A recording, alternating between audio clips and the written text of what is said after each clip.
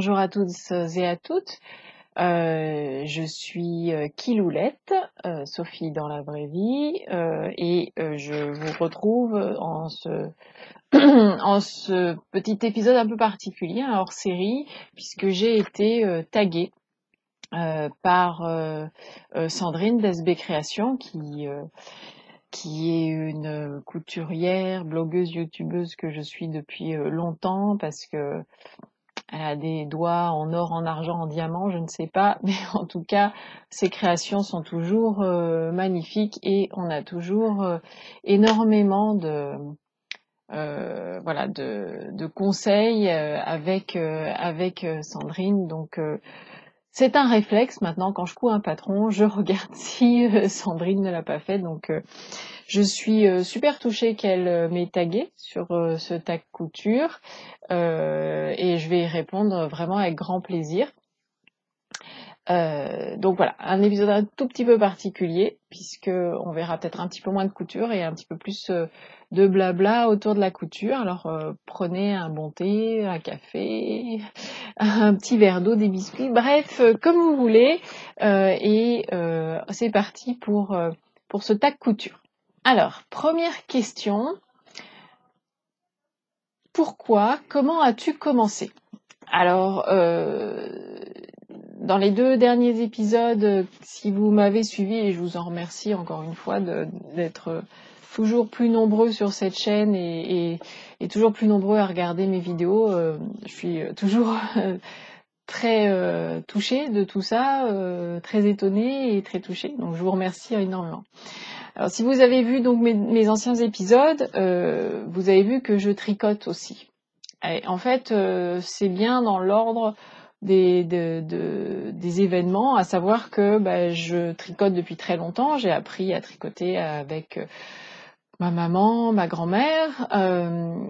Après j'ai eu une petite période où j'ai arrêté, et puis j'ai beaucoup recommencé quand j'ai été notamment alitée pour ma dernière grossesse, celle de ma fille. Donc j'ai beaucoup tricoté, et puis à ces moments-là, il y a eu l'explosion, ou en tout cas c'est la façon dont je l'ai perçu, de tout ce qui était blog, tricot, et très vite je suis arrivée à voir des blogs couture. Désolée, ça c'est mes notifications, pardon. Donc des blogs couture, et la couture ça a toujours été un truc qui a trotté dans ma tête, parce que ma maman faisait de la couture un peu, hein, c'était essentiellement pour ses rideaux, elle faisait deux trois réalisations, notamment elle en a fait 2-3 pour moi quand j'étais petite. Mais alors la couture, quand je la voyais faire, ça me semblait compliqué. Il y avait beaucoup d'étapes, il y avait notamment beaucoup de couture à la main. Alors je me disais, pas pour moi, pas possible. Mais quand même, c'est marrant, il y a une réflexion d'une fille qui était, d'une dame qui était en même temps enceinte de moi, et qui était enceinte en même temps que moi, je vais y arriver, excusez-moi, et qui faisait, elle, de la couture. Et donc on échangeait beaucoup toutes les deux, alors sur la grossesse et comment ça se passait, et puis aussi et beaucoup, de plus en plus, sur les loisirs créatifs. Puis elle m'a dit un truc qui m'a qui est resté un peu dans ma tête, c'est-à-dire elle a dit moi le tricot ce serait pas possible parce que je suis pas patiente, et au moins en couture j'évite le résultat escompté. Et là je me suis dit et ça me semblait tellement laborieux la couture que je sais pas, je me disais non, c'est pas pour moi, c'est trop long, vaut mieux tricoter, et puis quand on se trompe on défait, etc. Ça me semblait plus accessible. Bref, j'ai eu ma petite fille, tout allait bien, on a déménagé dans une plus grande maison, dans laquelle on est actuellement, et puis la couture, ça, c'était dans ma tête. Et j'avais un petit prospectus que j'avais récupéré dans un magasin de vêtements, où donc que quelqu'un proposait des cours de couture. Et puis je me suis dit, allez, lance-toi, mais pas toute seule, et pas sur internet, et pas comme ça allez, voilà, prends des cours, vois si ça te plaît. Et donc J'avais le prospectus en main et puis j'ai composé le numéro et la dame, très gentille, m'a répondu rapidement, m'a dit bah venez voir si vous avez 2 minutes, je suis en plein cours de couture, donc comme ça déjà vous verrez si ça vous parle. Je lui dis ok, bon, il y avait pas l'adresse sur son petit flyer, du coup je lui dis bah donnez-moi votre adresse, puis elle me la donne, puis je dis marrant, je connais le nom de cette rue, c'est très étrange. Et en fait,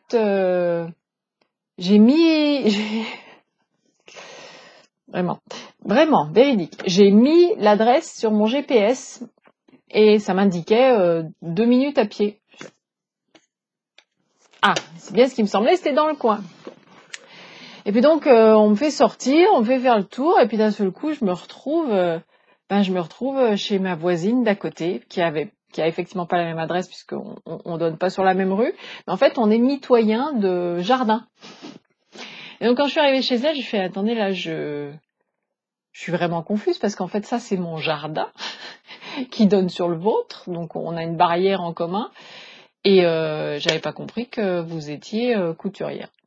Donc je pars vraiment d'un grand éclat de rire, à dire mais franchement, t'avais pas compris que c'était juste à côté. Donc voilà, j'ai commencé comme ça, j'ai pris des cours de couture avec ma voisine couturière qui aujourd'hui, je peux le dire vraiment, est une amie chère. Et j'ai commencé parce que ça m'intriguait, je pensais que ça... Je savais pas si ça allait me plaire ou pas, mais en tout cas, je pensais que c'était un truc dans lequel je pouvais me retrouver. Moi, la tricoteuse, et voilà, ça a commencé comme ça, donc par des cours avec une couturière, où on faisait essentiellement du patronage. Je prenais très très peu de patrons, et elle me disait, bah, voilà, t'as un vêtement qui te plaît? Bon bah vas-y, amène-le, et puis je vais te montrer comment on recopie un vêtement existant, et puis après on transforme. Et ce qui me plaisait beaucoup chez ma copine, donc qui s'appelle Corinne, ce qui me plaisait beaucoup chez Corinne, c'est que la créativité, elle était tout le temps présente, quoi. C'est comment est-ce que tu pourrais faire pour apporter un peu plus de peps? Tiens, tu mettrais tel et tel type de tissu. Enfin, voilà, j'ai créé des trucs vraiment très particuliers. Je dois dire que je mets pas forcément ces vêtements-là. Pourtant ils sont très bien faits, ils sont très bien cousus, ils sont très bien patronnés, ils tombent pile, enfin c'est à ma morphologie, etc. Mais je sais pas, c'était peut-être un peu trop excentrique pour moi, en tout cas pour porter tous les jours. Donc voilà, j'espère avoir répondu à comment as-tu commencé. Deuxième question, que t'apporte la couture? Alors la couture, elle m'apporte vraiment de la créativité, de l'évasion, mais aussi de la technicité. J'aime bien apprendre des nouvelles choses, j'aime bien me confronter à des points un peu difficiles. Alors, j'aime bien alterner aussi dans les projets, j'aime bien avoir des choses très simples, très basiques, vite, hop, puis je peux les mettre ou les mettre à ma fille notamment, pour qui je fais souvent beaucoup de vêtements, mais j'aime bien aussi de temps en temps avoir des pièces un peu ardues, un peu où il faut que je me casse la tête. Je vous montrerai mes dernières cousettes dans un podcast dédié à ça, mais voilà, mes dernières coutures sont vraiment là-dedans, c'est-à-dire que je me suis un peu cassé la tête à les faire, et ça, j'avoue que j'aime bien. Donc un moment de créativité, mais aussi de technicité et de rêverie. Voilà, la couture, pour coudre un vêtement, j'ai besoin d'y avoir pensé avant, de l'avoir imaginé, de l'avoir un peu rêvé, enfin en tout cas d'être posé des questions, et il m'arrive souvent, au sens premier du terme, de rêver d'un vêtement et de me dire ah tiens, je ferais bien comme ci comme ça. Et d'ailleurs je devrais mettre un petit calepin à côté de ma table de nuit, parce que c'est souvent soit le matin soit le soir où je me dis ah ça y est, j'ai l'idée. Ou quand je suis coincée sur un truc, je laisse passer une nuit, hop, le matin ça arrive. Donc voilà, c'est ces moments de d'imagination, mon imaginaire parle. Alors là, il y a beaucoup de lumière qui viennent d'arriver, je suis désolée. Il y a beaucoup de soleil d'un coup, je sais pas pourquoi. Bref. Donc voilà, beaucoup de 3 mots-clés en fait pour la couture, créativité, technicité, imagination. Alors, te souviens-tu de ton premier ouvrage? Oui. Alors, mon premier ouvrage, je m'en souviens très très bien. Je vous mettrai des petites photos là parce que je suis malheureusement pas arrivée à la retrouver. Il faudrait quand même que je fouille parce que elle est tellement jolie cette petite cousette. Voilà, mon premier ouvrage. À mon premier cours de couture, donc ma copine Corinne m'a dit bon, qu'est-ce que tu veux faire? J'ai dit bah écoute, j'en sais rien. Elle me dit bon, parce qu'elle la voyait du coup dans le jardin. Après, t'as une fille, oui, elle avait un peu plus d'1 an. Elle mettait du 18 mois, quelque chose comme ça. Et je lui dis bah moi ce que j'aime bien mettre à ma fille, c'est des petites robes. Elle dit ah bah très bien. Qu'est-ce que tu veux faire? Bah, je sais pas, une petite robe chasuble. J'ai pas trop de robe d'hiver. Elle me fait, bah parfait. T'as une robe qui lui va? Ouais. Eh ben amène-la. Donc je l'ai amenée et j'ai fait. Elle m'a fait faire le patron. Elle m'a montré comment on plie, etc. On reporte les manches de couture avec le perroquet, la règle coudée, comment redessiner, tout ça, etc. Donc voilà, mon premier ouvrage, ça a été une robe chasuble, sans patron, à partir d'un vêtement existant de ma fille, réversible. Allez, c'est un petit teasing pour le prochain podcast. Le réversible est quand même un truc que j'affectionne encore aujourd'hui particulièrement, ou tout du moins, ce que j'aime, c'est d'avoir des finitions intérieures nickel.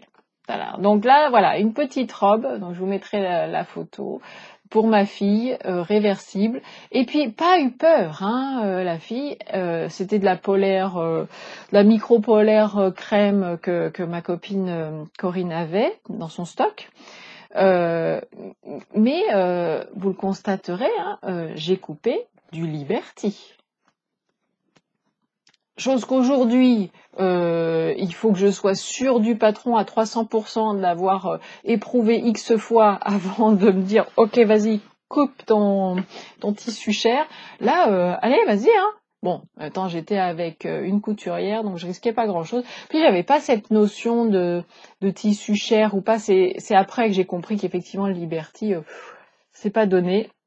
Alors voilà, donc mon premier ouvrage. Et surtout, ce qu'elle m'a dit dès que j'ai commencé à me lancer, elle m'a fait « Tu verras à quel point tu seras fière ». Et en fait, ce sentiment-là, ben, je l'ai toujours. C'est à chaque couture que je fais, chaque chose que je porte, là, comme là, vous l'avez peut-être reconnu, c'est une de mes Mélilo, hein, manche courte parce qu'il fait bien chaud en ce moment. Bah, je suis fière à chaque fois. Je suis fière d'avoir fini une couture, de la porter. Moi, de temps en temps, je la laisse très longtemps sur mon mannequin de couture qui est juste à côté là, parce que j'aime regarder ma couture. Je me dis ah ouais, j'adore, c'est exactement ce que j'avais en tête. Ou alors, de temps en temps, je me dis pas tout à fait. Donc, laisse-toi du temps, réfléchis et corrige. Donc voilà, mon premier ouvrage. Une séance de couture, c'est comment?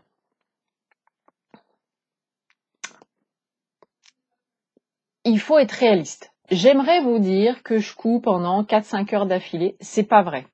Pour plusieurs raisons, parce que j'ai une famille, 3 enfants, que j'ai accessoirement une vie professionnelle à côté très prenante, que des fois je suis fatiguée, que je fais pas que ça, que je fais aussi du tricot ou du crochet, vous le savez, mais je fais aussi beaucoup de danse et donc voilà, je fais pas que de la couture, loin de là. Donc, c'est segmenté souvent. C'est-à-dire que j'ai appris à de temps en temps faire un truc par-ci par-là pour au bout arriver à une couture parce que voilà, moi je peux pas, j'aimerais vraiment avoir des grands moments où je ne fais que coudre et que ça, mais c'est pas possible. Donc il y a de temps en temps quelques soirées que je peux consacrer à ça. Mais pas tout le temps. Et puis, voilà, encore une fois, s'il faut aller se balader avec les enfants, je préfère aller me balader avec mes enfants plutôt que de faire 4 heures de couture. Un lieu dédié.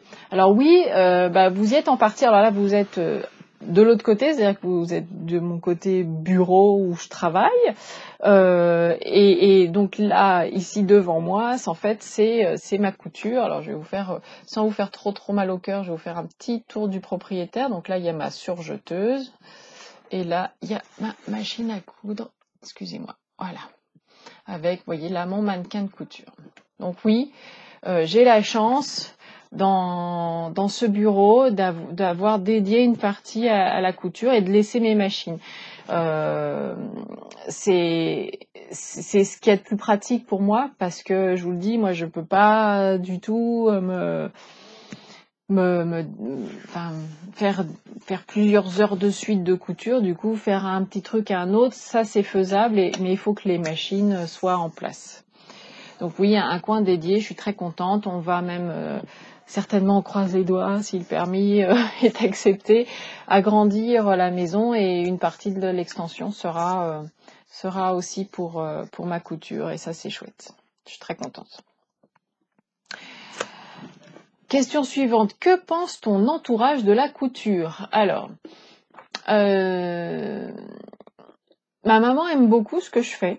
Elle me passe souvent des commandes. Tiens, est-ce que tu pourrais me faire ci, ça? Alors elle ose pas trop parce que elle sait que j'ai pas beaucoup de temps. Elle sait que j'aime coudre pour moi, mais bon, je couds des vêtements pour ma maman aussi. Mais ça, je suis en train d'empiéter sur d'autres questions. Alors excusez-moi, je reviens à mes moutons. Que pensent les autres, mon entourage de ma couture?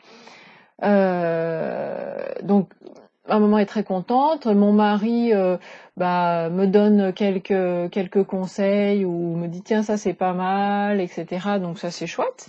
Et puis mes enfants sont très très fiers, très très contents, très fiers parce que alors mes garçons un peu moins, quoique aujourd'hui ils me demandent quand même encore des choses, mais quand ils étaient plus petits, quand j'ai commencé à la couture, donc il y a 7 ans maintenant, ils me demandaient encore des trucs et ils étaient super contents de dire c'est maman qui l'a fait.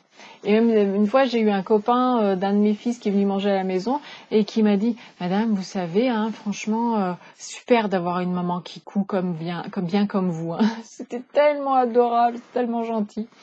Et ma fille est super contente et elle est elle-même elle coud beaucoup. C'est-à-dire que de temps en temps, elle me dit maman j'ai envie de faire de la couture. Oui ma chérie, qu'est-ce que tu veux faire? Alors là on regarde, c'est souvent des trousses, des petites housses. Tiens, j'en ai pas une sous la main, non. C'est dommage, elle fait des toutes petites housses comme ça avec une pression calme et elle en a fait pour toute la famille pour qu'on range nos écouteurs de portable. Adorable. Et chacun a ses couleurs personnalisées et c'est elle qui fait tout toute seule. Je lui ai acheté aussi la machine à coudre, zut dont j'ai perdu le nom, qui coud, on n'a pas accès aux aiguilles, donc il n'y a pas de risque de se prendre les doigts dedans. Et elle coud très régulièrement. Par contre là, les fournitures coûtent hyper cher. On peut pas coudre n'importe quel type de tissu, mais elle adore. Donc elle adore et en plus elle fait beaucoup de choses. Elle est très créative, ma fille. Je vous passe le bazar qui est là, qui est son bazar avec ses feutres, ses paillettes, ses slimes. Elle fait énormément de slime. Peut-être qu'un jour on fera un slime d'ailleurs en duo sur cette chaîne. Mais voilà. Donc ma fille est archi fan, archi créative et je suis très contente de pouvoir transmettre un peu ça. Ta machine à coudre au petit soin ou à la va comme je te pousse? Je ne sais pas si c'est l'un ou l'autre. En tout cas, c'est un outil ou ma surjeteuse. C'est un outil qui m'est vraiment cher, indispensable. Alors cher pour la machine à coudre pas tellement, mais je pense évoluer vers une autre machine qui coûtera très cher. Et donc j'y ferai là aussi très attention. Mais j'y fais très attention. Je les aspire régulièrement. Ma machine à coudre, je la graisse régulièrement. Ma surjeteuse, il faut pas la graisser. Mais je vais la faire réviser régulièrement. D'ailleurs, elle en sort puisque à la maison de la machine à coudre à Grenoble, là où j'ai acheté ma superbe Babylock Evolution, il y avait les journées Babylock et une mini révision de la surjeteuse gratuite. Alors je suis allée baver devant les nouvelles versions de Babylock sur lesquelles je lorgne. Je pense qu'un jour je revendrai ma machine et je sauterai le pas d'en acheter une plus perfectionnée encore, quoique celle-là, vraiment, c'est la Rolls. C'est hallucinant ce qu'on peut faire avec, et c'est génial. Donc elle ressort de la maison de la machine à coudre. Là, je viens de coudre hier quelques trucs dessus, mais elle vient d'être révisée. Donc je la fais réviser très régulièrement. Elle est à 4 ans, je l'ai depuis 4 ans, donc elle commence à être en fin de garantie, je fais attention. Ma machine à coudre, je l'ai déjà fait réviser plusieurs fois. Je sais qu'elle a des dysfonctionnements qui ne peuvent pas être réparés parce qu'elle est trop ancienne. Enfin voilà, je les soigne. Je pense que je pourrais faire mieux.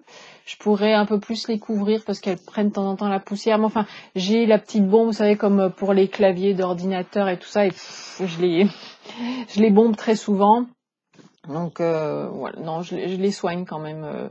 J'y tiens quand j'ai pas envie d'avoir une panne où je suis pendant plusieurs jours sans machine à coudre.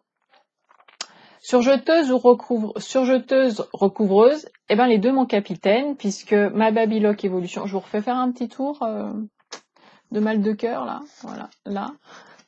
Ma Babylock Evolution qui est ici, c'est une surjeteuse recouvreuse, vous voyez le magnifique, nos montagnes qui sont avec un ciel qui est un peu burk. Bon, voilà, ça c'était le point de météo. Donc vous voyez, là j'ai énormément de bobines, en l'occurrence 8, ce qui est normal pour une surjeteuse recouvreuse. Voilà, j'espère que je vous ai pas trop navigué. Donc une surjeteuse recouvreuse. Pourquoi? Parce que j'adore coudre du jersey. Donc le deuxième projet que j'ai fait en courte couture, c'était un t-shirt en jersey pour ma maman. Là aussi, j'ai des photos, je vous montrerai. C'était pour Noël. Je voulais absolument lui faire un cadeau de Noël fait main. Je lui ai acheté d'autres trucs à côté parce que je me disais si je me loupe et que c'est moche, voilà. Elle l'a adoré, elle l'a mis énormément et elle a été très triste le jour où il y a eu un transfert de couleur dans la machine et le t-shirt, il était plus comme vous le voyez là, d'un joli noir et blanc, il était rose, mais pas rose partout pareil. Et impossible de la voir à nouveau. Elle était vraiment très très peinée, donc j'en ai fait d'autres depuis, vous inquiétez pas, mais voilà. En tout cas, ce jour-là a été une révélation. C'est-à-dire que j'avais jamais touché une surjeteuse. J'ai cousu sur la surjeteuse de Corinne pendant donc de mon amie couturière pendant le cours et mais j'ai adoré. C'était c'était une révélation. C'était une révélation. Et ensuite, j'avais une obsession, c'était de m'acheter une surjeteuse. Je crois que dans le mois ou le mois et demi après, j'ai acheté ma Brother, qui a été la première surjeteuse que j'ai eue. Et vraiment, j'en étais hyper contente. Et plus je cousais, plus je m'apercevais que je cousais des choses pour les enfants, notamment des t-shirts, des shorts en jersey, des cyclistes, enfin bref, plein de choses en jersey. J'adore porter du jersey, mes enfants adorent en porter, et les finitions à l'aiguille double, franchement, me plaisaient pas beaucoup. Ou faire les ourlets avec des points extensibles de la machine, tout ça, ça me satisfaisait pas des masses. Donc je me suis rapidement posé la question d'une recouvreuse et j'ai opté pour un combiné, donc surjeteuse et recouvreuse, la Babylock Evolution en l'occurrence, qui est un petit bijou, je l'aime d'amour cette machine, mais vraiment quoi. De temps en temps, si c'était à refaire, j'aurais 2 machines séparées. Pourquoi? Parce que quand je couds des t-shirts, de temps en temps il arrive la question de l'ourlet et je dois désenfiler ma machine en surjeteuse et la réenfiler en recouvreuse. Alors je dois dire que ça m'a appris à coudre différemment du coup, parce que je me dis bon, qu'est-ce que tu dois d'abord coudre à la surjeteuse? Et après, qu'est-ce que tu dois faire à la recouvreuse? Du coup, au lieu de couper un t-shirt, j'en coupe plusieurs. Au lieu de couper un t-shirt, une robe, un legging, etc. Et je fais toutes mes points de recouvrement après. Reste là où c'est vraiment super d'avoir un combiné, c'est quand on veut justement combiner les points, faire du surlait et en même temps faire du recouvrement. Donc oui, indispensable pour moi. Je couds énormément de jersey, énormément. Je pense que je couds le plus. Marque de patron préférée. Il y a quelques temps, sans hésiter, je vous aurais dit Dirando. Je pense que je vous le dirai toujours parce que ce sont des patrons qui me vont bien au niveau morphologie, qui tombent toujours bien. Je mettrai un tout petit bémol sur les derniers qui sont sortis, notamment Givre, que je trouve vraiment très serré. Très serré. Donc je suis repartie sur le plantain assez facilement. Mais bon, voilà, c'est mon tout petit bémol. J'attends avec impatience la nouvelle collection. Et deuxième type de patron préféré, c'est Ivan Soufflé. Alors, c'est vrai que j'ai entendu beaucoup de voix s'élever en disant oui, mais c'est trop long, le cahier technique, etc. Alors, moi, c'est quelque chose, d'ailleurs, j'en ai un là, sous le nez, puisque je vais coudre le trop top pour fille, pour ma fille. Dans un joli, allez, je vous montre quand même 2-3 tissus en avant-première là. Regardez-moi ce jersey licorne. Voilà. Donc quand je l'ai vu, j'ai craqué et ce sera une robe trop top pour ma fille. Mais vraiment, Ivan, elle vous prend par la main. Et vous allez au bout de la couture en étant accompagné, en ayant tiens pour faire une finition plus. J'adore, vraiment j'adore. J'ai commencé donc tiens je vous le montre là sur son patron. J'ai commencé à coudre des patrons pour ma fille et puis même mes nièces là, dans ce livre là. J'ai ce livre là. J'avoue que j'ai pas encore cousu de ce livre là, mais par contre j'ai tous ces patrons depuis qu'elle a sorti le magnésium, etc. Et je les ai tous cousus. Je les adore. Vraiment, c'est des super bons patrons. Ils tombent très bien. Il y a plein d'idées. C'est très riche. Parfois, c'est trop riche. Parfois, on se perd un peu. Mais voilà, c'est très, très riche. Donc, voilà, je dirais Dirando et Ivan Soufflé pour les aspects pédagogiques de ces approches. Où te fournis-tu? Boutique physique ou Internet? Les deux.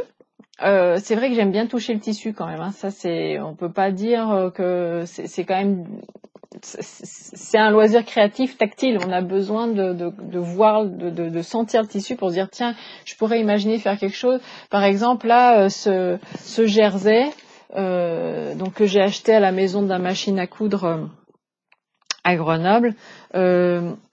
Il est super, parfaitement extensible, etc. Par contre, il est assez lourd. Et au début, je voulais faire la version avec col bénitier du trop top, et ça ira pas du tout. Ce jersey beaucoup trop lourd pour ça. Du coup, je vais faire une autre version. De toute façon, le trop top, mais une autre version. Mais voilà, en tout cas, on a besoin de toucher quand même. Donc, je vous l'ai déjà dit à plusieurs reprises, j'ai la chance d'avoir à 10 minutes de chez moi un énorme danger, la boutique Indigotex à Grenoble, où c'est la caverne d'Alibaba. Vous trouvez des tissus magnifiques. D'ailleurs, c'est Sophie dans le Tricomonde de Sophie qui en revient, là, son dernier épisode qui les montre. Et là, c'est pas possible, il va falloir que j'y aille parce que la viscose noire avec les fleurs de ginkgo, c'est pas possible. Je la veux, absolument. Donc voilà, oui. Vous voyez, j'ai acheté à la maison de la machine à coudre. J'achète aussi à Mondial Tissu. On a un Mondial Tissu à Grenoble. J'ai peu acheté chez Toto, mais un petit peu. On en a un aussi. Ils ont beaucoup changé là récemment. Faudrait que j'y refasse un tour et que je m'y penche un peu plus. Et puis oui, Internet. Là, ce week-end, il y avait une vente Sweet Mercerie. Donc oui, j'ai craqué. Bon voilà, ma petite mercerie, les coupons Saint-Pierre, parce que je suis pas parisienne, donc voilà. Mais bon, on a quand même besoin de toucher le tissu, donc je vais encore beaucoup chez Jacques, et je pense que j'irai encore beaucoup chez Jacques. Indigotex, pardon. Ton stock de tissu, minimaliste ou indécent? Indécent. Indécent. J'avoue bien. J'achète des tissus. J'ai souvent des plans où je fais attention. Enfin, je veux dire, chez Indigotex, vous tombez rarement sur un tissu à plus de 6, 7, 8 euros, quoi. C'est là où vraiment il vous dit, là, attends, c'est du créateur, voilà. Et même une fois, j'en avais acheté un assez cher et il m'avait même fait un prix parce qu'il avait honte de me vendre aussi cher. Bref. Non, mais c'est indécent.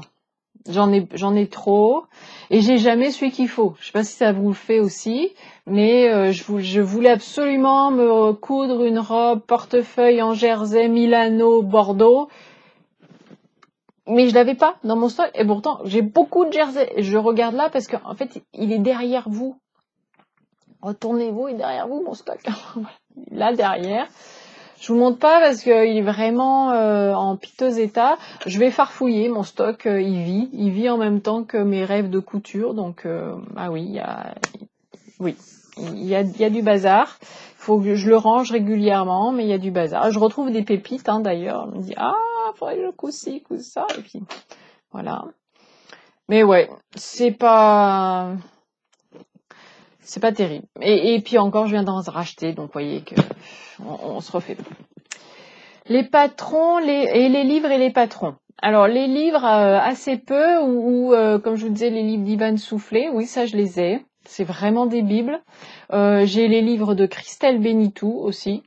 Tata Christelle, comme dit Cécile de Que font mes mains. Coucou si tu me regardes. J'adore regarder tes podcasts. Bref, donc j'ai les livres de Christelle Bénitou parce que ce sont des bibles vraiment. Donc j'ai le guide de la surjeteuse. Dès que j'ai acheté une surjeteuse, j'ai acheté son guide derrière. Le guide de la couture à la machine à coudre. Le guide des tissus. Voilà. J'ai pas la couture pour homme, mais il faudrait que je l'achète parce que vraiment, je pense qu'il y a des choses super à faire pour mon mari et mes fils. Mais non pas trop les livres, mais les patrons, oui. Les patrons, oui. Et moi, je suis adepte des patrons PDF parce que je peux vite les avoir, je peux vite les imprimer, les découper. C'est pas très écologique, mais si je me plante, je réimprime et je recommence. Et là, il faut que je me calme parce que j'ai craqué sur beaucoup de patrons. Et je m'aperçois que je craque sur des patrons et en même temps, il y a des fois où... Franchement, à partir d'un, je pourrais éventuellement dériver, en tout cas l'adapter pour mon idée. Donc, ouais, là-dessus, faudrait que je me calme. D'ailleurs, mes récentes expériences vont un peu dans ce sens-là, mais j'en reparlerai au prochain podcast.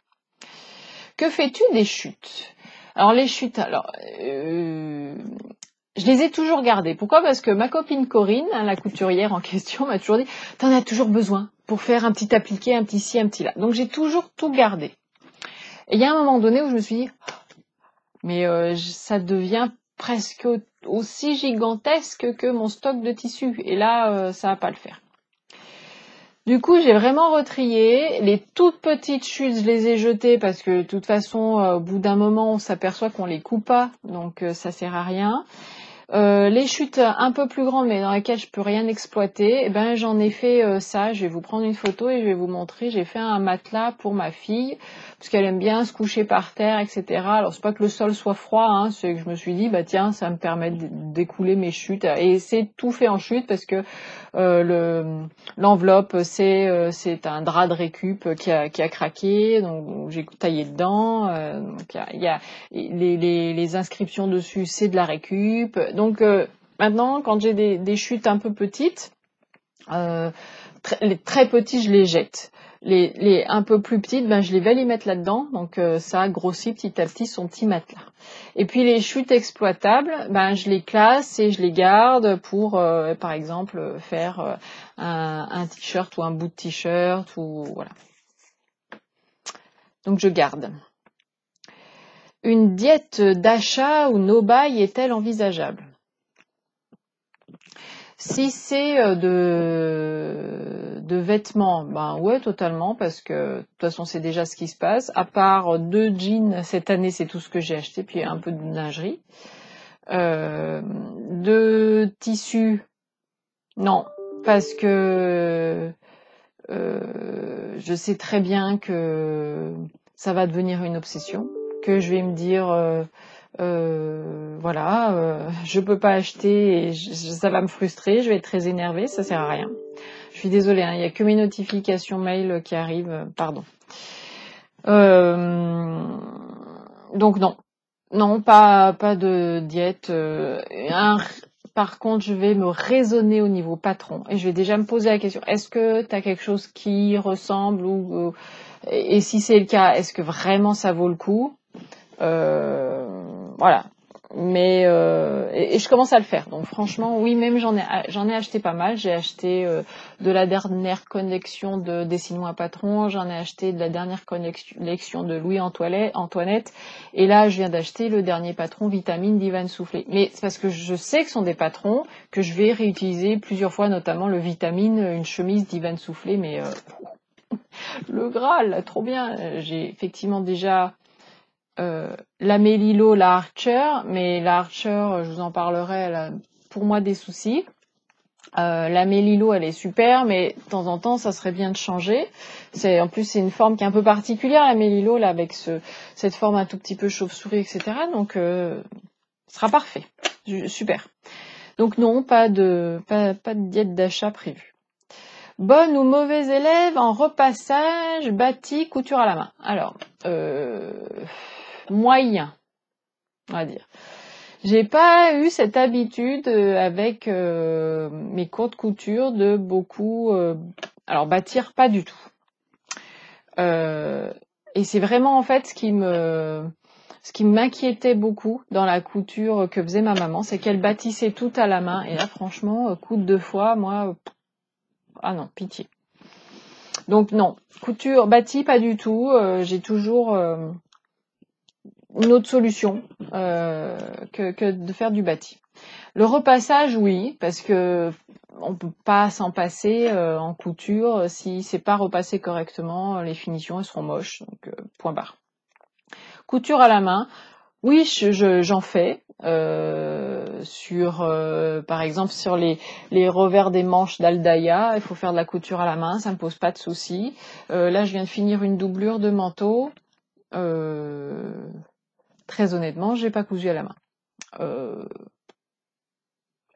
C'était noir, j'avais un fil noir, c'est derrière. Je vois pas l'intérêt de la couture à la main. Donc oui plutôt, ça dépend sur quoi. Le repassage oui, le bâti pas du tout, et la couture, ben ça dépend. Hein. Si c'est une doublure de fond de sac à projet, non, hein, pitié, hein, je le fais pas à la main. As-tu un Graal, une pièce que tu n'as pas encore osé coudre? Oui, et je crois que j'en ai déjà parlé dans mon premier épisode de la lingerie. Mais j'ai vu qu'il y avait un livre qui venait de sortir de Charlotte Jaubert, si je me trompe pas, sur coudre sa lingerie ou ses maillots de bain. Ça, pour le coup, ça peut être un bon achat libre. Une autre pièce que j'ai pas encore cousue, du moins que j'ai pas encore réussi, c'est un jean. Bon alors j'ai le ginger, il est juste là, le patron. Il faut que je me lance et je pense que ça peut être pas mal. Mais ce qui me fait peur, ce sont les ajustements. Je m'en fais peut-être tout un plat. Comme je me faisais tout un plat de faire des chemises et maintenant je fais plus que des chemises quasiment. Donc bon, faut que je me lance. Voilà. On va essayer de pas se confronter à des peurs comme ça. As-tu déjà patronné? Ben oui, c'est comme ça que j'ai appris à coudre en fait. C'est en prenant des vêtements du commerce et en les reproduisant. C'est vrai que je le fais de moins en moins. Je suis de plus en plus des patrons, mais c'est une erreur. Faut que je recommence parce que c'était un très très bon exercice intellectuel, je trouve. Et puis même, vraiment, on part de rien et on a d'un seul coup un nouveau vêtement, donc c'est un peu de la paresse, j'avoue bien, c'est un peu de la paresse. Donc je vais y réfléchir. Quel est l'ouvrage dont tu es la plus fière? Ben, l'ouvrage dans lequel je suis la plus fière. C'est compliqué parce que je suis très contente de toutes mes réalisations. Si j'en ai une, je vais dire cette robe-là que je vais vous mettre en photo. Parce que, alors c'était pas ma première belladone, donc c'est une robe belladone de Dirando, c'est pas ma première, donc je la maîtrisais, il n'y avait pas de souci. C'est un tissu par contre auquel je tenais beaucoup et dans lequel je doutais de pouvoir loger ma belladone et qui m'a donné un peu de fil à retordre au niveau placement des pièces. Mais je crois que je m'en suis plutôt bien tirée parce que c'est une pièce que j'avais postée sur Instagram et qui a beaucoup eu de succès. Ouais, peut-être que c'est celle-là. Mais franchement, je suis tellement fière de toutes mes coutures. Je suis fière quand ma fille porte mes coutures. Je suis, enfin, tellement contente d'arriver à faire quelque chose comme ça. Ton pire boulet, ton ratage le plus complet. Ben ça, si j'ai un échec cuisant en tête, c'est le dernier. C'est la robe Lucille d'Urban Ferry, où je pense avoir, il y a une conjonction un mauvais alignement de planètes qui a eu lieu là pour cette réalisation. Et mon jersey n'était pas assez extensible. J'ai coupé pourtant en fonction des mesures et je les avais repris exprès pour ce patron. L'aisance c'est beaucoup trop négatif pour moi. Finalement, la forme me convient pas tant que ça. Enfin bref, bon ben voilà, pas marché. J'ai dû refaire ma robe. Mais je vous montrerai ça dans le prochain podcast. Quelle est la pièce que tu couds le plus le plus? Bah, je pense que ce sont des robes, que ce soit pour ma fille ou moi, c'est des robes. En plus, c'est ce qu'on porte le plus souvent. Ma fille adore porter des robes. Bon, je couds de façon un peu obligatoire des leggings ou des choses comme ça parce que même sous les robes à l'école, elle aime bien mettre des petits leggings ou des petits shorts. Donc bon, il y a les leggings, mais c'est principalement des robes. J'aime beaucoup porter des robes et j'en porte beaucoup. Coutu pour toi ou pour les autres? Alors là, je l'ai un peu dit tout au long du tag couture et je suis désolée de ne pas avoir respecté les règles, mais voilà, je couds beaucoup pour moi. C'est peut-être en nombre de pièces que je sors le plus, c'est sûr, c'est pour moi. Mais je couds beaucoup je couds aussi pour ma maman. Je couds beaucoup pour ma fille parce que j'aime beaucoup lui coudre des choses. Alors de temps en temps, je suis un peu partagée parce que quand je vois l'état dans lequel ça rentre de l'école, mettre des sous dans des tissus un peu chers, j'avoue que j'ai un peu de mal. Donc les pièces que je lui couds, c'est souvent pas pour aller à l'école, quoi. C'est pour faire autre chose, aller se balader ou quoi, mais pas pour aller à l'école. Mon mari, j'aimerais lui coudre un peu plus, notamment des chemises, des t-shirts. Alors je lui corrige tout le temps ses t-shirts parce qu'il aime les t-shirts col V. Et on en trouve assez difficilement en fait des t-shirts V, surtout avec des impressions qu'il aime, etc. Du coup, je corrige toujours l'encolure. Ensuite, fais-tu encore les magasins pour acheter ou juste pour attraper des idées? À proprement parler, je fais pas trop les magasins, sauf pour acheter des choses très précises pour mes fils ou des choses comme ça, ou pour mon mari, mais pas tant que ça. Et puis attraper les idées, on n'en a pas forcément besoin. Enfin, je trouve dans les magasins, pas forcément.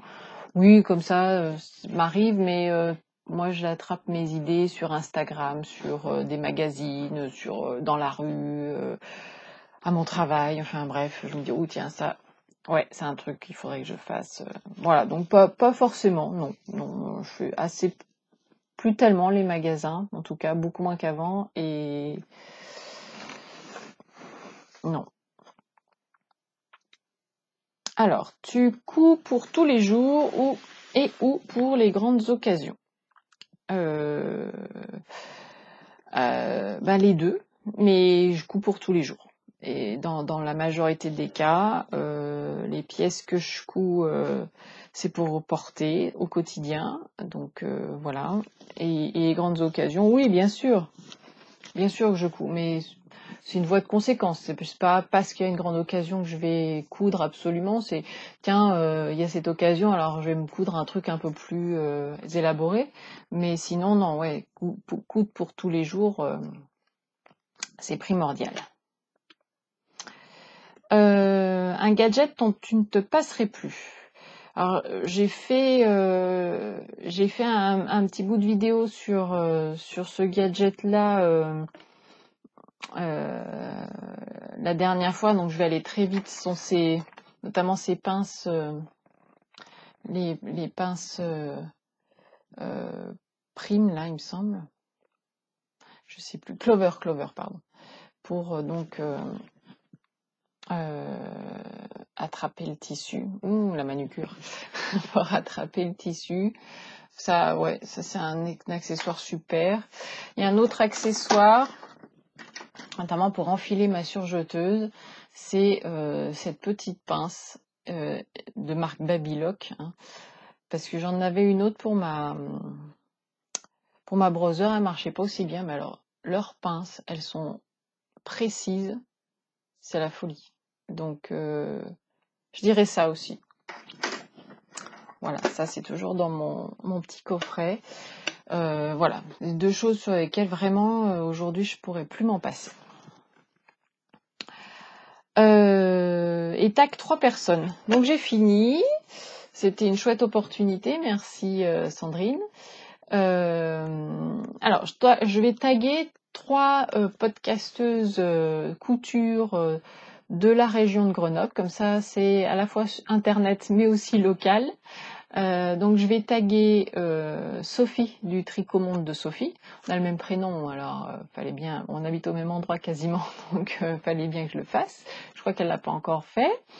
Je vais taguer Mylène, donc Milou Pépé, que j'ai rencontré l'autre jour justement chez Indigotex. Donc ça serait sympa aussi d'avoir son retour. Et puis je vais taguer Michel Mick la souris, qui est aussi de la région grenobloise et qui a un super podcast tricot et elle coud absolument merveilleusement aussi.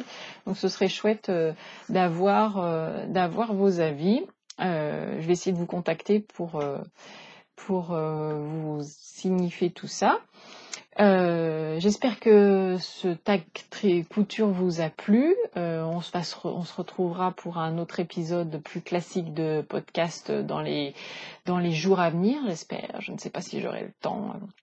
Ça se profile pas très bien ces prochains jours. Donc j'ai filmé là le temps vraiment dont je disposais. Et puis